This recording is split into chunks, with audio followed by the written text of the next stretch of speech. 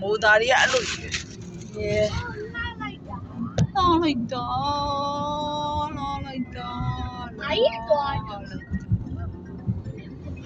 စိတ်ဆူရေပန်းလေးတွေဖွင့်ထားတယ်အစတပါဆိုကဲပေါ့နော်ဒါရေကန်ဒီပဲသွားနေတာဩစားအုပ်ဆိုင်လို့ဘာလို့နဲ့အေးမဟုတ်တော့တော်မြန်မာစီးပဲသွားရတော့သွား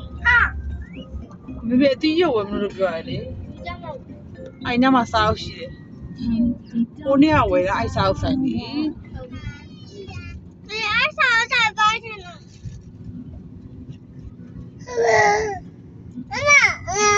အမဟုတ်တယ်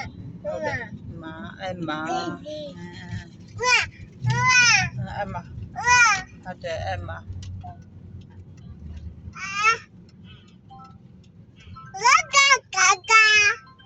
ကွာဟိုကပါကြီးတော့ဟိုပေါ်မှာပါကြီးတော့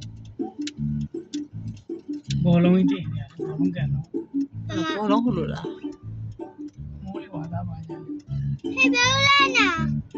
ပြန်မဘယ်လိုဘယ်တော့ရရော